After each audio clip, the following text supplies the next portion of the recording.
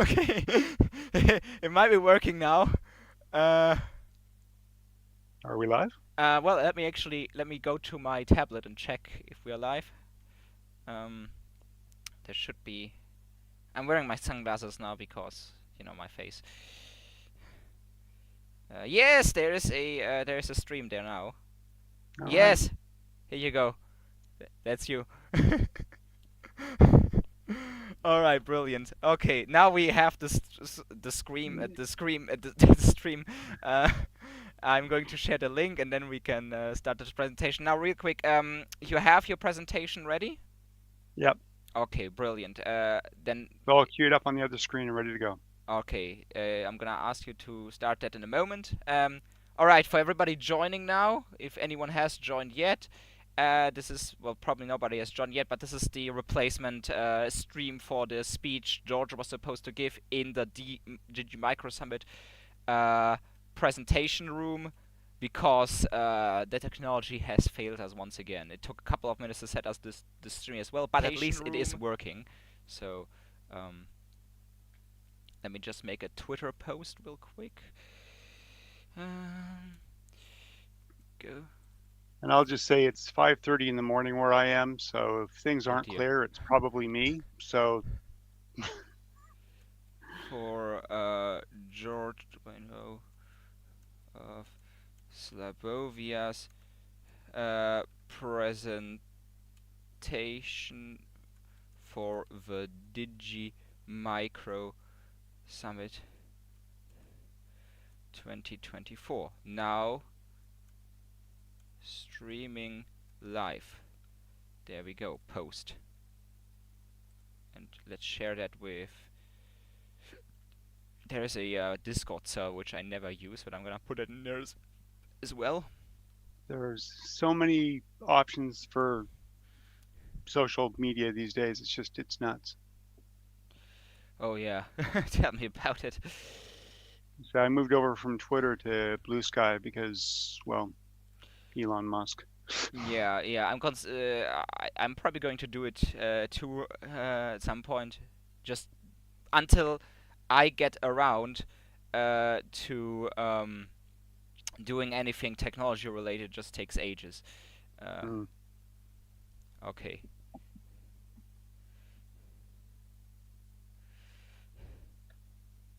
Right, how many are watching? Two are watching now. Okay, I mean, this is going to be, this is being, well, this is probably going to be saved for later anyway, so, Right. once again, welcome to everybody who is joining. Uh, I'm Zar Antonov, president of Obscurium, and I have here with me. King George 2.0 of Slabovia. Uh, thank you for having me here today. It's a pleasure, Uh, despite the technological problems, and that's why we are here on YouTube right now. George would have given his speech, or his presentation, for the Digi Micro Summit in the Digi Micro Summit space, but technological issues, so he couldn't do it there. So now we're doing it as a YouTube live stream. If yeah. Please share the And then link to now, the live stream with anyone who also wants to watch this or who is asking themselves why George isn't presenting the space right now. So that's why we're here. And without further ado, I'm gonna hand over to George for him to give his presentation. thank you, Czar. I am sharing my screen. Hopefully, people are able to see that. Yes, I can confirm that. Excellent. Good. All right. So, yeah, what I wanted to talk about today was how to find your niche and make an impact in the micronational community. And the reason that I wanted to have this talk today is because I see the same mistakes over and over and over again with people coming into the micronational community and they want to make a splash. And there's a right way and there's a wrong way to go about it. Before we go into that, though, I'm just going to talk a little bit about myself because everybody loves to talk about themselves. I've actually been involved in micronations since the 1980s. Yes, I am very old. I've attended 5 microcons, spoke at 4 of them, and co-organized and chaired one of them, MicroCon 2019 in Hamilton, which is where Zara and I actually managed to meet. Excuse me, I've got a cat around my feet. Go away. I'm a member of MicroCon.com, which is the MicroCon Oversight Committee that vets the proposals to host MicroCon. I'm a member of the voting board, or of the board, as well as the voting body for the Micronational Hall of Excellence. And among other things, I am the patron of MEDALS, the Microphallus Educational Archive and Library of Slabovia, which I'll probably talk a little bit more about later on. So I'm pretty involved in the micronational world. Now, what's the point of this talk? Well, like I said, when people get into micronationalism, they're like, oh, this is cool. I want to be, president of whatever, king of whatever, emperor, duke, whatever they want to be. And they try to come in and make a splash. They want to get noticed. And I get that. We all want to be special. We all want to be the big cheese, but you're entering a group of people who are the same kind of egomaniac. They're the same kind of, oh, I'm special. I'm the head of a country, even if it's a micronation that only exists in my backyard or whatever. So going about that the wrong way it can get you off on the wrong foot. And like the very first thing that I see that is often I don't do that, let's say, is declaring war on other micronations.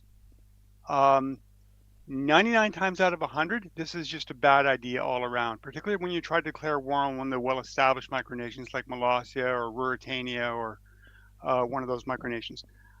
Because at best, they're going to ignore you. At worst, you're going to get the existing micronational community, which is quite large, thousands of people, up in arms against you. So there is an exception here.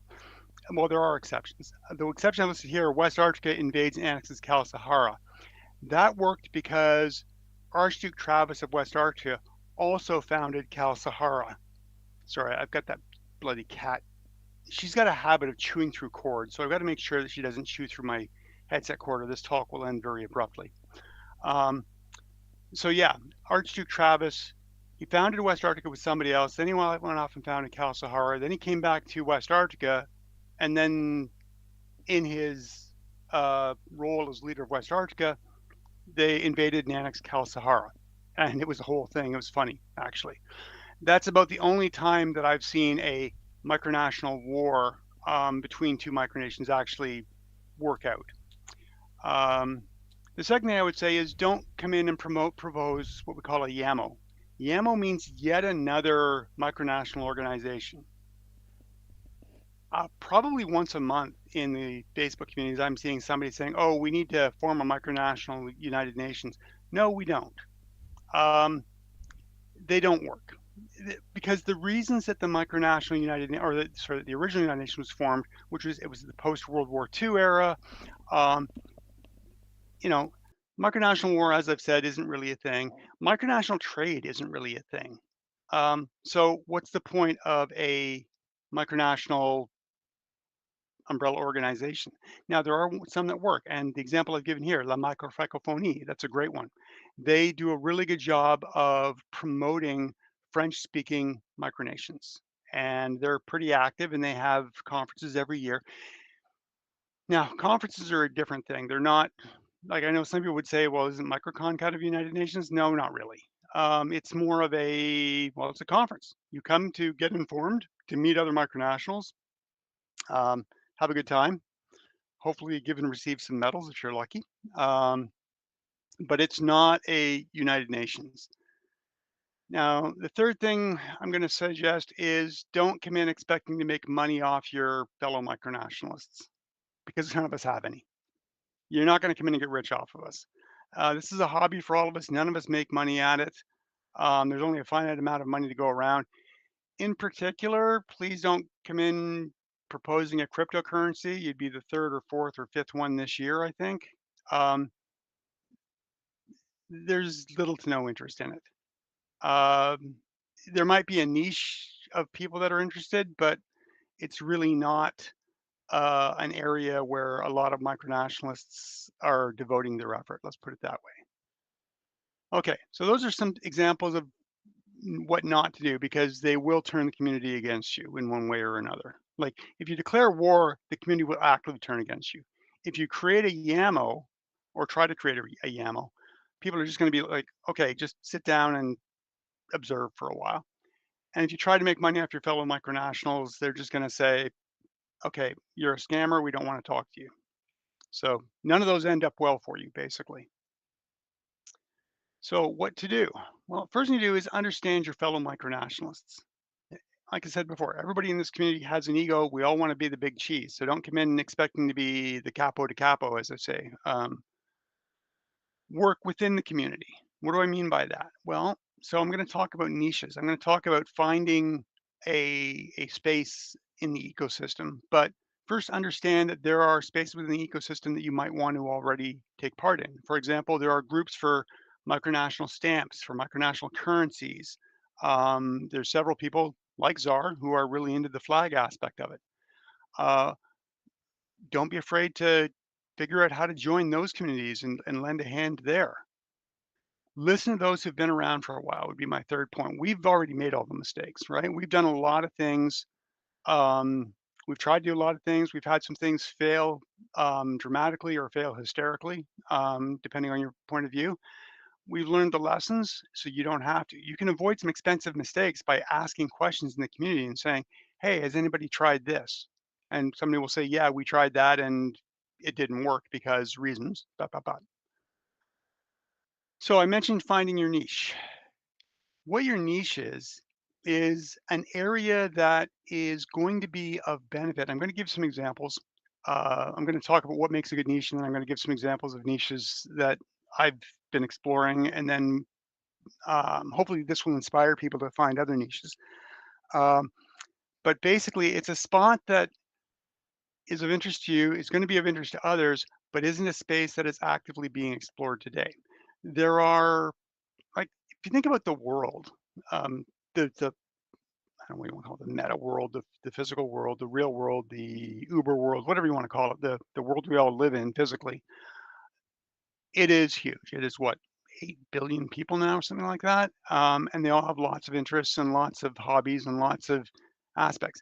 And the nations they live in are the same way. There's a lot of different things that these nations are doing.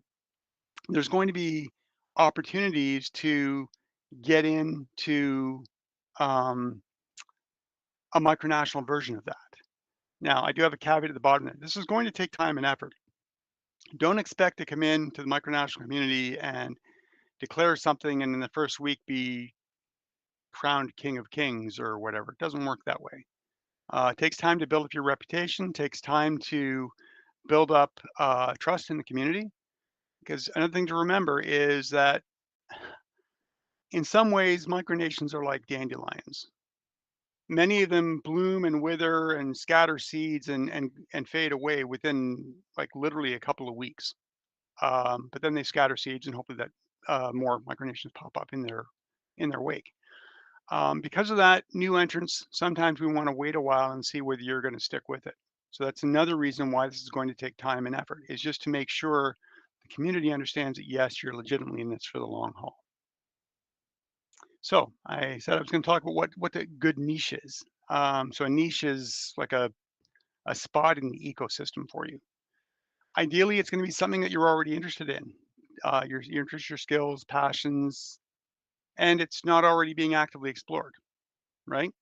You want to make sure that, like, if you tried to build a micronational stamp community, for example, somebody would say, "Well, there's already one of those. Why are you trying to repeat what they're doing? Why don't you just work with them?" And that's a good question. And I mean, it's possible that you try to work with them and you have a bit of a falling out. In which case, I mean, I don't have good advice there. It is going to be political at some point. You've got to learn to get along with people. Um, Something that's going to have broad appeal. Now, broad appeal doesn't necessarily mean every single micronationalist is going to uh, actively sign up and say, "Ooh, I want to be part of that." But it's something that most micronations are going to look at and at least say, "Okay, yeah, that's interesting." Um, Low barrier to entry for all. That's kind of an important thing because, as I said before, we don't have money. Many of us don't have a lot of citizens to draw on.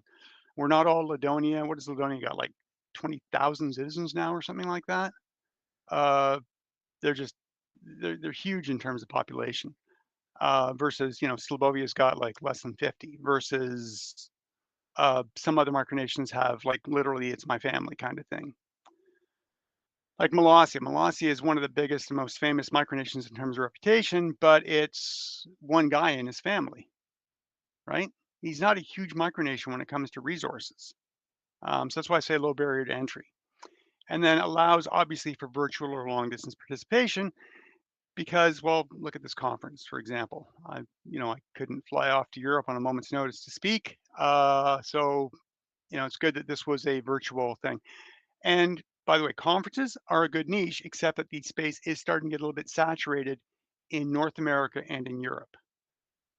There's probably opportunities for South American, African, and Asian conferences because I'm not aware of anybody operating actively in those spaces, but that might be an opportunity.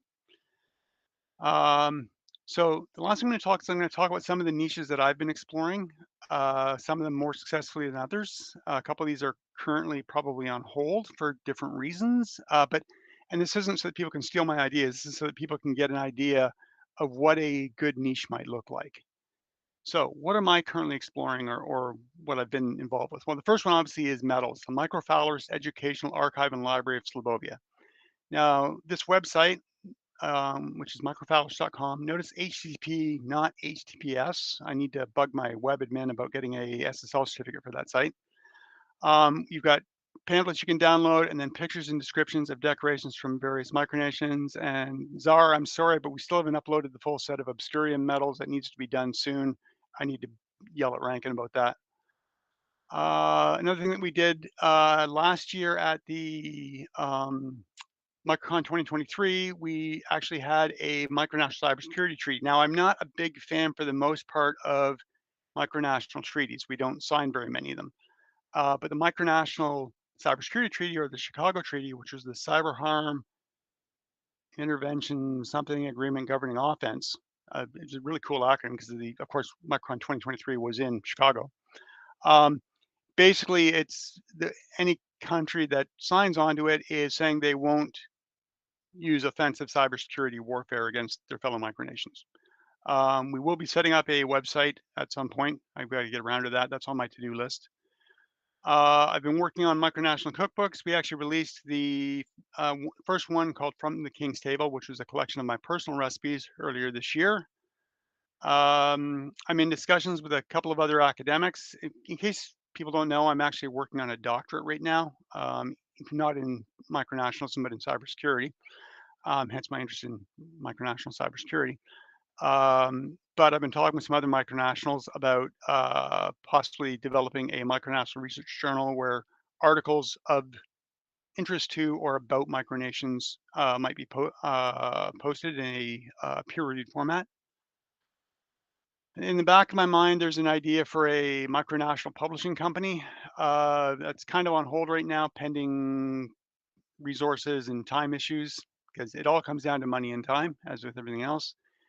And then I had been hoping to organize a micronational film festival in conjunction with MicroCon 2025. I have to make a decision on that in the next couple of weeks, but it looks like that's probably going to be on hold as well. That is my presentation for today. I don't know if we have the capability for people to ask questions.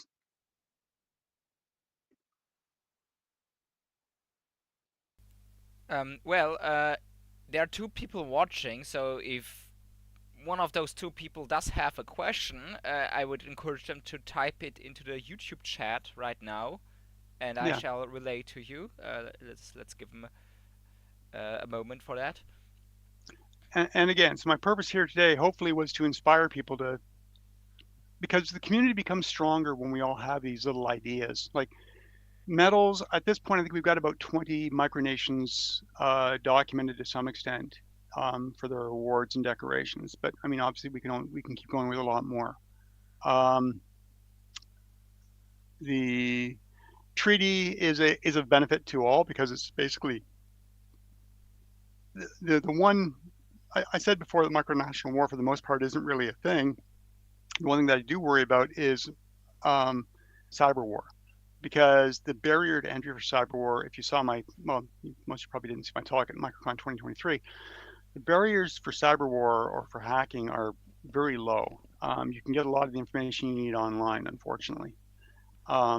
So it would be very easy for a malicious micronational to write malicious code and send it out to people pretending to be something else. So I wanted to kind of get people to commit to not doing that thing, and that's the whole point of the Chicago Treaty. So again, both those first two things, they're of benefit to the whole community. And that's kind of what I've been trying to do, is build the community up, right? These niches work best when they're um, something that, you know, something that helps the community as a whole grow stronger, I guess would be the words I'm looking for. Okay, I'll shut up. Is there any questions in the chat? No questions in the chat. Um, Okay, so that means you did a great presentation. apparently, yeah. Um, Explained everything sufficiently, and I think you did a great presentation on this topic as well. It's really something that I was very keen for you to talk about, because when people start a micronation, of course there are lots of sites where you can get advice, but it's mostly like, yeah, get your flag, get your constitution set out or something like that, national anthem, um, system of government, but then stops at that, and it doesn't really go on to say, so how do you interact with the community, because there's the community, exactly, and nobody, exactly. or to my knowledge, nobody considers the community in those how to set up your micronation scenarios. Well, so let me just pitch MicroCon as a MicroCon. MicroCon is a great way to build exactly that community because you're going to come face to face with probably 100 plus other micronationals. If you come to MicroCon in Montreal in was it June this year coming up, I think. Um, and I guess they've got the MicroCon Europe now. It's going to be held in conjunction with your Micro European Summit (MES). That's going to be what, August again this year? Yes, yes. Yeah. So, either of those conferences, um, conferences are a great place to meet other micronations. I always come away with about a zillion new ideas in my head. It takes me a week just for my brain to settle down and settle on one or two interesting ideas that I want to follow up on. Um, so it's a great, very fertile ground, I guess, for ideas. I'm always fascinated just going around talking to people, looking at their static displays, listening to their talks. You always get a lot of ideas, I find. And one of the great things about micronations, they're a great way for you to exercise your creativity. Certainly, Czar, you've done a lot with both with flags and more recently with metals in terms of exercising your creativity. I know that Chloe, Princess Chloe of San Crotosia, I was struck when I first met her at MicroCon in Las Vegas, how much she had already done in terms of creativity, how much stuff she had for her nation. Um, so these are very creative projects if you let them be. And I'm just showing you that, or trying to show people that, yeah, this creativity can extend beyond your own nation's borders. It can be a benefit to all. Um, and then you get a free flow of information. You might have other people helping you out. And I just think that the whole community becomes stronger if we all work together. You're quite right about that, and I will confirm that going to a micronational conference is indeed a great thing to do here, because that's what I did. I went to MicroCon 2019 and I came back with a bunch of ideas and a bunch of things I had learned, and how to better Obscurium, and how to interact with our micronations, and Obscurium's development accelerated. Accelerated after MicroCon 2019, and just a month later or 2 months later, we had our first state visit. So it really does help and work to go to a micronational Yeah, it's conference. like um, the conferences are like fertilizer for micronation. They will help it grow so much quicker. Oh yeah, that's a good way. That's a good way of describing it. Absolutely. Still no questions in the chat? Nothing. Um, no questions. Okay, well, that's my talk. Um, Yeah. like I say, hopefully it inspires people to go out and find a niche. either one that's already occupied but that they can help it grow, or find one like the stamps or the currency or whatever, or find something that's not already in play. Um,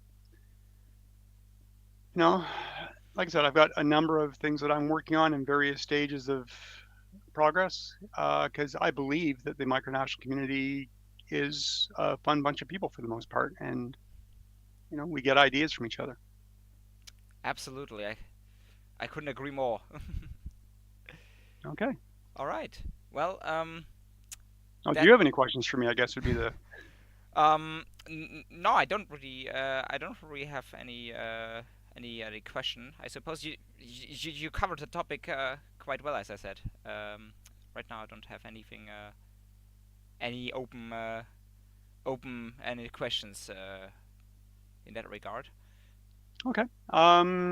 If you could send me the link to this on YouTube after, I'd like to post it in a couple of different places as well. Of course, I will. I will do that. So I'll end this stream then.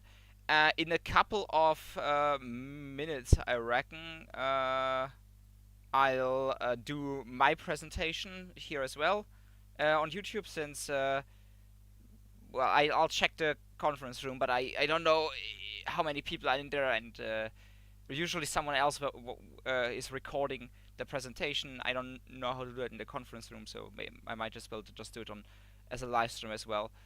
Yeah, Um, sorry I couldn't use the other side. It's just it was lagging so bad on my system that it was just. yeah, no worries. We did it here, and this is a good format as well. So thank you for coming on, and for Thank you for enlightening having us me. on this topic. And yeah, Okay, great. It was always great talking to you, Czar. Have a good day. cheers.